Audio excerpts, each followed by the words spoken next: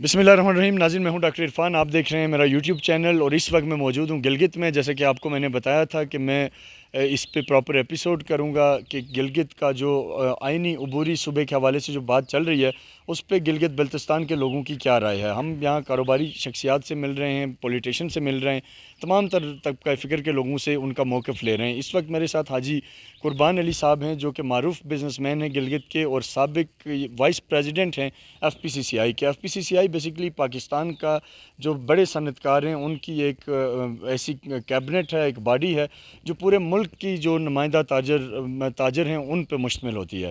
تو سر، سب سے پہلے آپ سے بھی میرا یہی سوال ہے کہ گلگت بلتستان کا جب معاملہ آتا ہے تو اکثر کہیں ہمیں اس پہ مخالفت بھی نظر آتی ہے. بعض لوگ کہتے ہیں کہ یہ عبوری صوبہ بنانے سے کشمیر کاز ڈیمیج ہوگا، بعض لوگ کہتے ہیں گلگت کے لوگ ہی نہیں بننا چاہتے.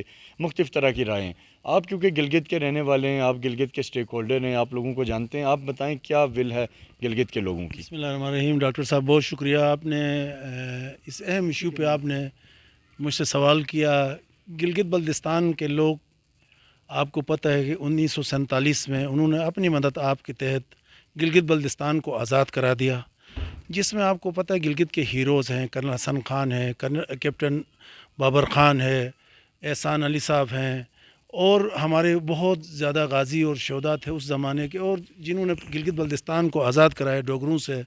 اور محمد علی جناح، قائد اعظم محمد علی جناح سے یہاں سے ہماری ڈیلیگیشن گئی، اور انہوں نے بغیر کسی شرط شروط کے ہماری جو ذمہ داران تھے، وہ یہاں کے میر تھے، انہوں نے سب نے لکھ کے دیا. اس وقت ہم کوئی ایگریمنٹ کر سکتے تھے، ہم کوئی ڈیمانڈ کر سکتے تھے، ہم اس وقت یہ بھی کہہ سکتے تھے کہ ہم اپنا ملک بنا سکتے ہیں، مگر ہم اس لیے کبھی بھی ہم اس پاکستان کو اپنے سر کی تاج سمجھتے ہیں.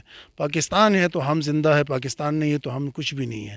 تو اس لیے ہم چاہتے ہیں کہ یہ عبوری آئینی صوبہ جیسا آپ نے فرمایا، یہ ہمارے لیے بہت اہم ضرورت ہے، کیونکہ آپ کو پتہ ہے سی پیک گلگت بلتستان کا گیٹ وے ہے، سی پیک گلگت بلتستان سے گزر رہا.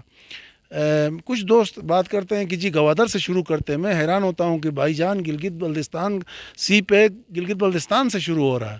آپ یہاں ان کو آئینی حقوق اور ان کو چیزیں ملنا چاہیے، تو اس میں کیا ہرڈل موجود ہوتا ہے؟ کہتے ہیں کہ یار سٹیٹس نہیں ہے، وہ انٹرنیشنل انویسٹر کیسا آ کے انویسٹ کرے گا یہاں پہ؟ تو اس کے لیے یہ لازم و ملزم ہے کہ یہاں پہ عبوری آئینی صوبہ، پکا صوبہ. اس لیے نہیں ہم چاہتے ہیں کہ مسئلہ کشمیر کو حل کے وقت مشکلات پیدا نہ ہو. ہم کشمیر کا ہی کشمیر کاز کو بھی سپورٹ کر رہے ہیں، کشمیریوں کے بھی ساتھ ہیں. بالکل کشمیری ہمارے بھائی ہیں، ہم تن من دھن ان کے ساتھ، اخلاقی سفارتی سب کچھ ہم ان کے ساتھ کھڑے ہیں. ان کی مشکل گھڑی میں ہم ان کے ساتھ، ان کی دکھ درد میں ہم شامل ہیں. ہم عبوری کا لفظ اس لیے استعمال کرتے ہیں کہ اگر پرمنٹ صوبہ ہوگا تو ہم حق رائے دہی استعمال نہیں کر سکتے. آپ ٹیمپریلی آپ ہمیں صوبہ دے دیتے ہیں، تو جب مسئلہ کشمیر کا حق خود کے لیے اگر رائے شماری ہوگی، اس وقت گلگت بلتستان کے عوام اپنی حق رائے دہی استعمال کریں گے. تو بہت شکریہ سر. بڑا بہترین جو میں سمجھتا ہوں کہ حاجی قربان علی صاحب نے اپنا موقف دیا اور بڑا پریسائز طریقے سے انہوں نے یہ چیز سمجھائی کہ بیسیکلی جو عبوری صوبہ، آئینی عبوری صوبہ بنایا جا رہا ہے، یہ مسئلہ کشمیر کے ساتھ اس کی ساکھ پہ یا اس کے انٹرنیشنل سٹیٹس پہ کوئی اثر نہیں ڈالے گا. اور یہ اس وقت تک ہے جب تک جب انٹرنیشنل لیول پہ کشمیر کاز کا کوئی ریفرینڈم نہیں ہوتا. جب بھی ریفرینڈم ہوگا، انہوں نے کہا کہ ہم گلگت بلتستان کے لوگ بھی اس میں پراپر ووٹنگ میں حصہ لیں گے، اپنا حق رائے دہی استعمال کریں گے، کشمیر کاز کے ساتھ ہیں، کشمیریوں کے ساتھ ہیں. امید ہے آپ کو میری یہ ایپیسوڈ میں کچھ چیزوں کی سمجھ آئی ہوگی. جو 2 پوائنٹس حاجی قربان علی صاحب نے ہمیں دیے، پہلا یہ کہ جب 47 میں یہاں کے لوگوں نے گلگت بلتستان کو آزاد کروا دیا، تو گلگت کی آزادی کے بعد ان کا ایک ڈیلیگیشن گیا جس نے وہاں جا کے بانی پاکستان اور دیگر لیڈرشپ سے بات کی اور ریکویسٹ کی کہ گلگت کے لوگوں کو آپ اپنا حصہ بنائیں. اور انہوں نے جیسے خود فرمایا کہ وہ انکنڈیشنل تھا. اور اسی طریقے سے جو تاریخ میں ہمیں جو انٹرنیشنل، اگر آپ نیوٹرل آتھرز کو پڑھیں تو وہ یہ بتاتے ہیں کہ پھر اس وقت ایک پی اے یہاں کے لیے ان کو لگایا گیا ایک پولیٹیکل ایجنٹ، اور پھر جو امور مملکت یا امور علاقے کے تھے ان کو چلانا شروع کیا گیا.